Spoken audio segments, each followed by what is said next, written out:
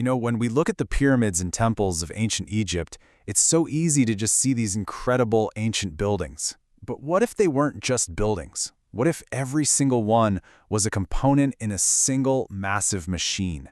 A machine designed with a master blueprint for one unbelievable purpose: to literally engineer eternity. Let's dive into that blueprint.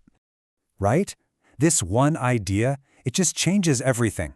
We're not talking about architecture anymore. We're talking about technology. The pyramids, the temples, the sarcophagi, they're all just cogs and gears in this grand device built to conquer death and completely outlast time itself. So where do you even start building a machine like that? Well, the blueprint doesn't begin with a stone or a single gear. It starts with the land itself. The entire Egyptian world was laid out like a sacred cosmic map. Just look at this. Their entire worldview was etched right into the landscape.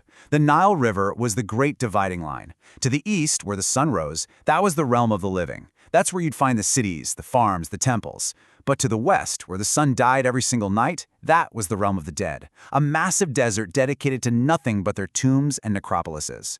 This wasn't just geography, you see. It was their belief system made real.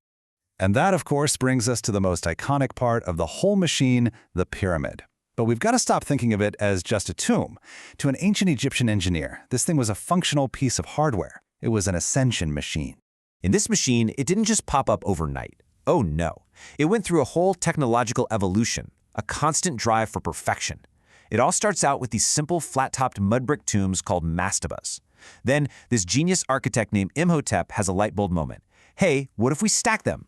And boom, you get the first stone-stepped pyramid, a literal stairway to the heavens. From there, it evolves into the perfect, smooth-sided pyramids at Giza, shaped to look like the rays of the sun. And way later, in the New Kingdom, they switched gears to hidden, rock-cut tombs to fool grave robbers. But the goal was always the same: permanence. The scale here is it's almost impossible to wrap your head around. So how'd they pull it off? With an amazing four-step logistical plan. First, quarry the massive blocks of stone. Second, use the Nile's yearly flood as a kind of natural superhighway to float them closer. Third, and this is just brilliant, they hauled the blocks over the sand on sledges, but they poured water on the sand right in front. And get this, that simple trick cut the friction in half.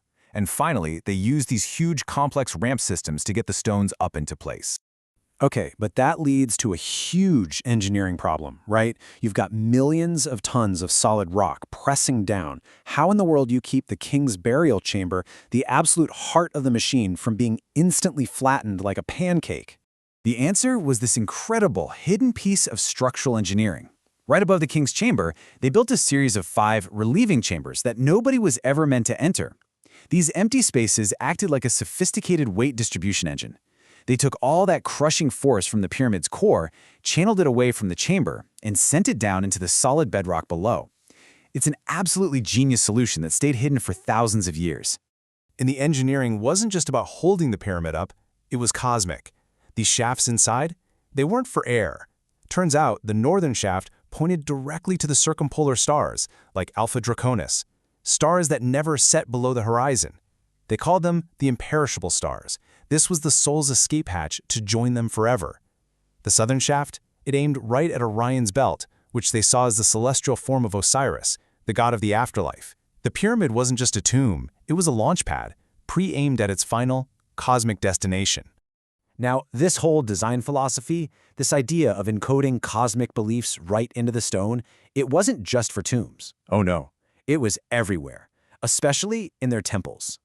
Imagine walking into one of their great halls. To an ancient Egyptian, you weren't just stepping into a building, you were stepping back to the dawn of time.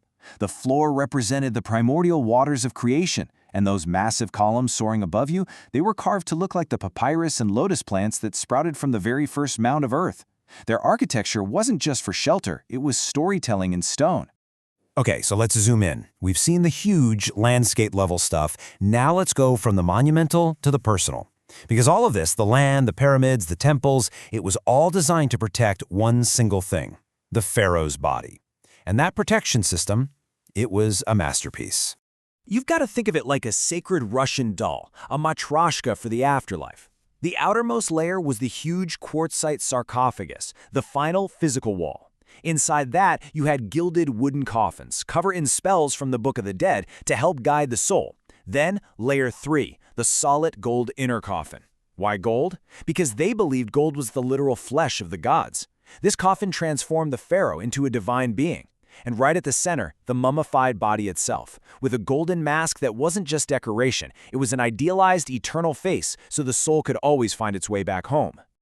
So we've seen the massive scale of the land and the tiny, intricate scale of the coffin.